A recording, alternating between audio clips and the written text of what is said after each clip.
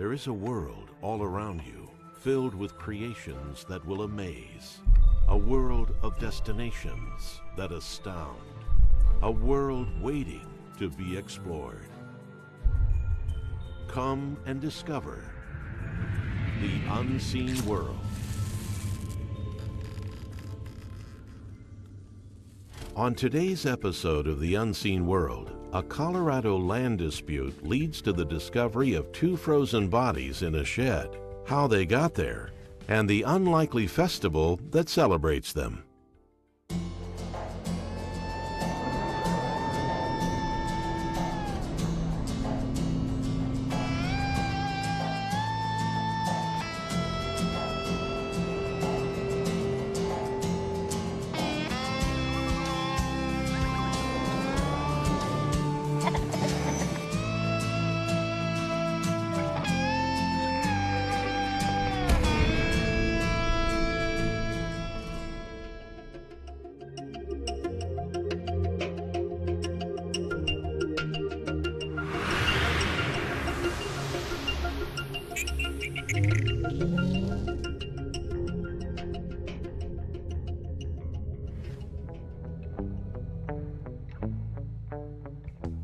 Odd still lived here, and Odd, she's Grandpa Brito's daughter, the mother of Trigby. She goes to the town board meeting.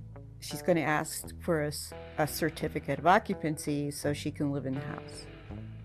Well, the house doesn't have plumbing, it doesn't have electric, and there's no way they can give her a certificate of occupancy. And at that point, she turns to a woman sitting next to her in the town board meeting and says, "But who is going to take care of the bodies?"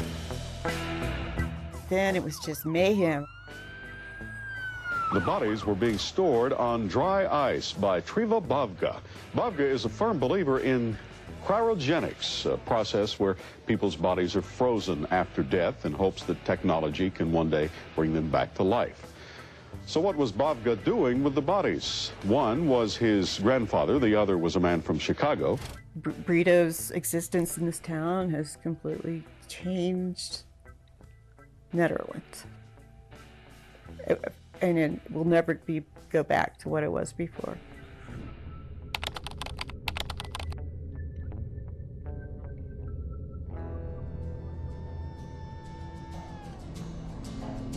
The Unseen World will be right back.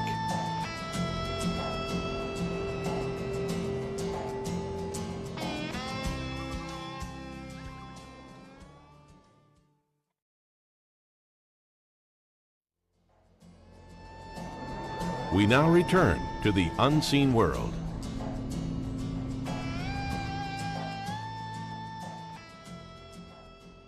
Every year, the small mountain town of Nederland Colorado celebrates its most famous and deceased resident, Grandpa Brito. It's an interesting story that starts with Brito's grandson, Trigby. Well, come to Norway and enjoy the winter. Trigby, who is Brito's grandson, he lived here for about 10 years. He's a unique individual, and he's very gregarious and engaging, and he captures your imagination. So people will literally come over from Norway after they talk to him in a cafe somewhere, and he mentions this, and with his description, they'll fly over that. They have to see it for themselves. So he's very engaging, and when you talk to him, he makes perfect sense. It's only when you step back and look around, you think, okay, this is weird. Are jokes dangerous? I didn't think so either, but apparently the Denver police is of a different opinion, and since the police is not an hazard, it must be the jokes. A baggage clerk was a little slow in grasping that only my mother was going. In spite of having received only one set of luggage and one ticket, and having heard both of us tell her that only my mother was going, the clerk still managed to ask, "Is only one of you going?" Whereupon I, rather than getting annoyed, quipped, "I'm not coming along. I'm only here to hijack the plane. If you now are tired of my wit and just want to lock me up and throw away the key, or at least deport me, just relax. They already did." He believes in the science of cryonics.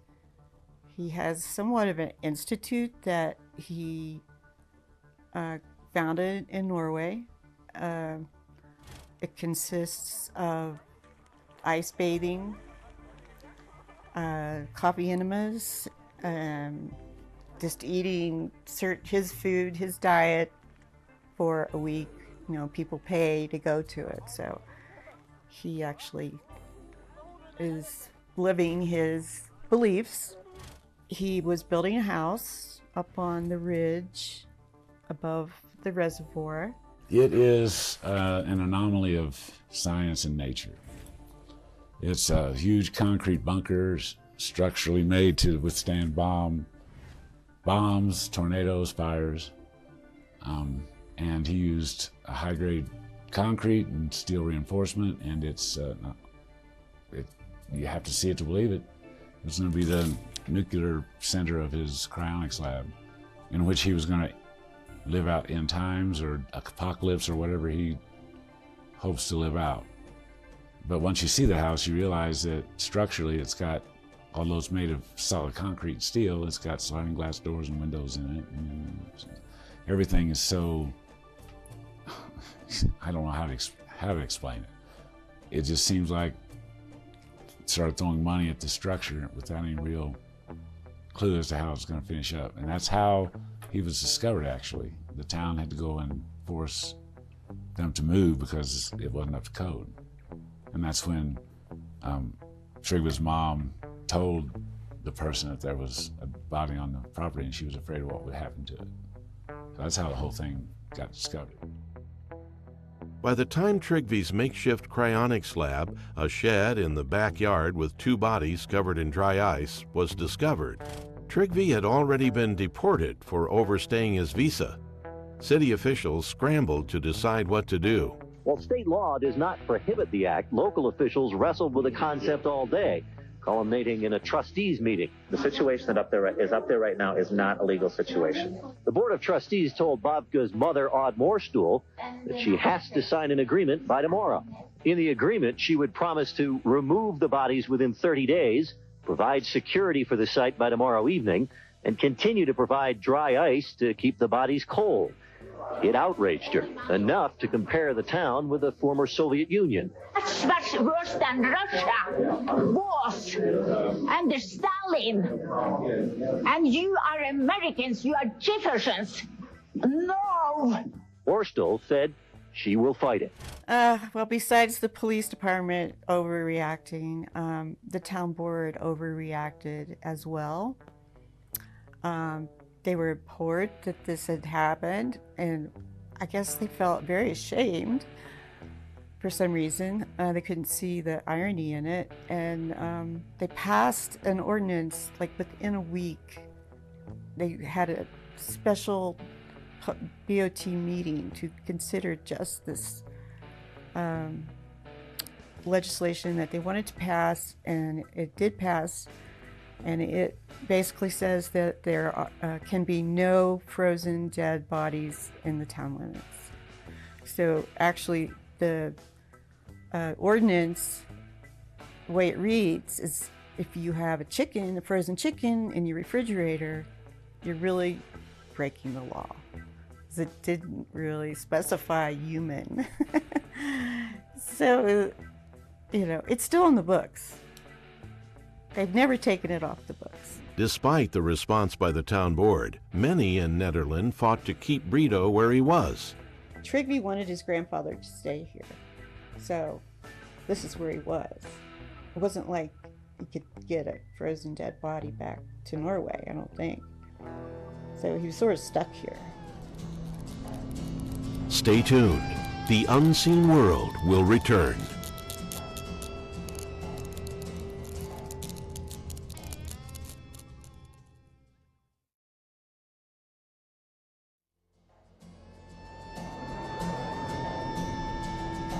We now return to the Unseen World.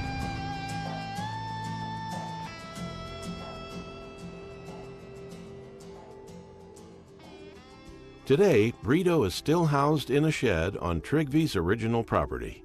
The town adopted him as a kind of mascot. one they celebrate every year on Frozen Dead Guy Days. The festival came 8 years after Grandpa Burrito had been discovered and all that. We knew we wanted to have a winter festival. We had planned to do coffin races, polar plunge, all those names that the parade, the hearse parade, we had those names, but we didn't have a name for the festival itself. And somebody said, well, you know, Nederland Colorado has a festival called Mike the Headless Chicken Days.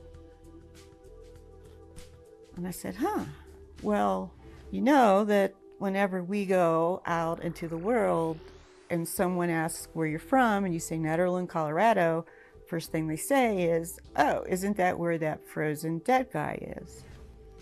So let's call it Frozen Dead Guy Days.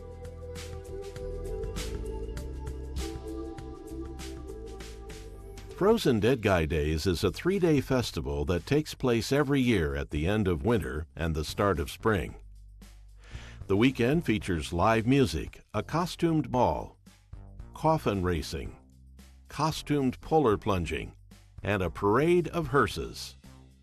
A local tradition for 18 years, the festival is attended by over 25,000 people in a spectacle that Trygve Bauge calls Cryonics' first Mardi Gras. I have to say, he's always been supportive of the festival because it helps him. People have access to him through the festival. But there was a year where our communication got somewhat negative.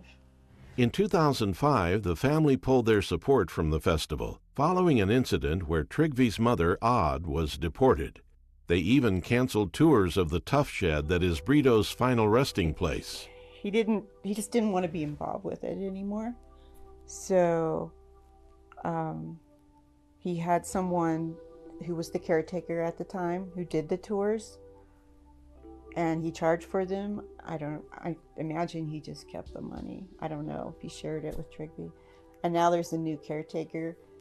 My name is Brad Wickham, and I'm fortunate to have the title of the Frozen Dead Caretaker. When I first took it over, that was kind of a problem. Some of the people thought we exploited Burrito for it, and my argument for it was, Trygve doesn't necessarily mind. And he didn't think his grandfather would mind. His grandfather was fun-loving. But I'm respectful of that. And the first year I took it over, I did do a Atlas Obscura video in which I mentioned that. I said, this is more of a hallowed experience. And so then I got positive feedback from that. So that is the angle I take and approach it with. So when they have the festival, I'm not guaranteeing I'm taking a bunch of people up there. They can have the festival and enjoy themselves, you know, on his name, but we're not going to go up and desecrate anything around the cabin, which was what happened with the previous caretaker. So that has smoothed over some of the anxiety some of the townspeople had about it. And so I feel like that was an accomplishment. I will continue to keep it more respectful. The Unseen World will be right back.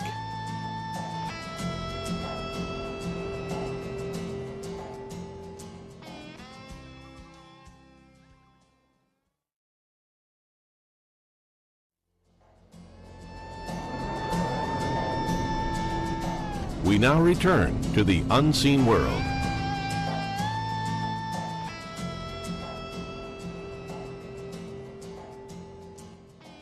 With the town back on board, Frozen Dead Guy Days continues, making it one of the oddest odd jobs Brad Wickham has ever had. Well, I was in healthcare for 25 years, and unbeknownst to me, I developed a pretty severe case of PTSD, although at the time I didn't really realize what it was. So I had to get out of my environment, which was hospitals and cities, and I came with nothing to the mountains here and lived out of my car and was homeless and couch surfed for a while and picked up odd jobs along the way. And this was one of the odd jobs. It just requires every 2 weeks going to Denver, picking up half a ton of dry ice and driving it back up the hill and just unloading it. It's really nothing more than an exercise in manual labor. There's really not a lot of science involved. So that's why people are a little taken back. They just can't picture it. They think I have a clipboard and a white lab coat, and all I have is a truck and a pair of gloves. Even though Brad sees it as an ultimately futile exercise, he still takes great pride in his job. He's been here since 1993 on dry ice. Dry ice only goes to negative 110 degrees Fahrenheit. Liquid nitrogen, negative 250, and that's what is typically used in cryonics.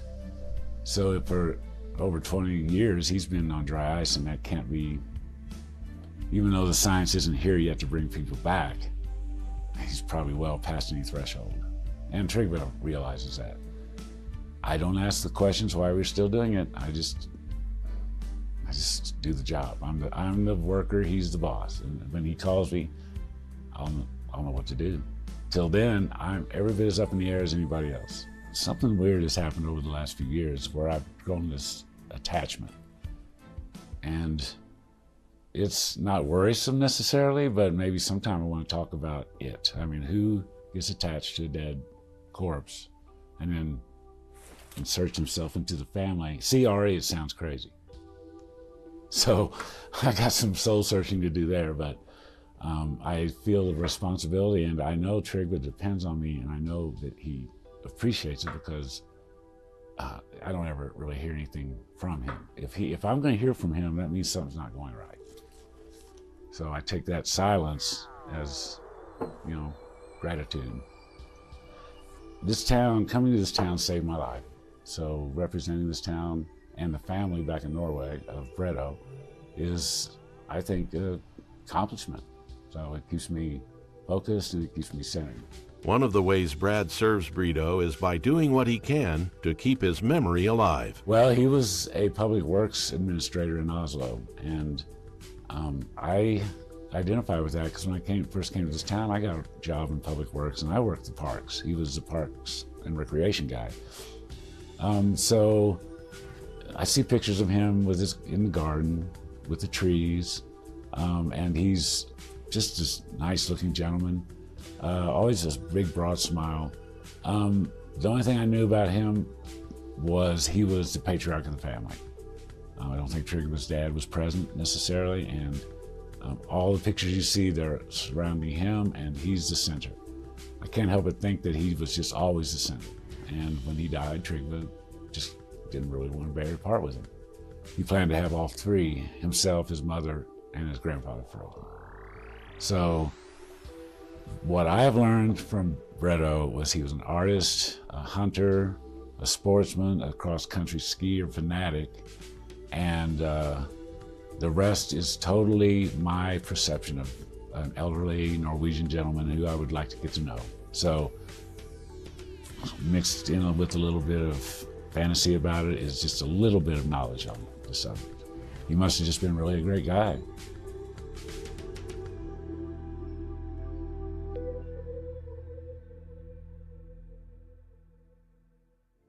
For more information about Frozen Dead Guy Days, visit frozendeadguydays.org.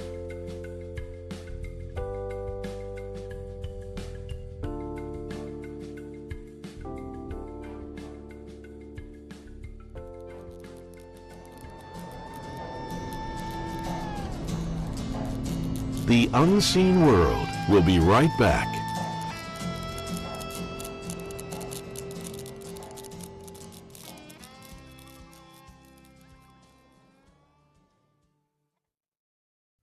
Have you explored a location featured on today's episode of The Unseen World? Then share your stories with us and join the conversation at #SeeUnseenWorld on Facebook, Instagram, or Twitter. And if you know of a hidden gem, roadside attraction, or any other interesting location you think deserves to be uncovered, visit SeeUnseenWorld.com to make a suggestion to our producers.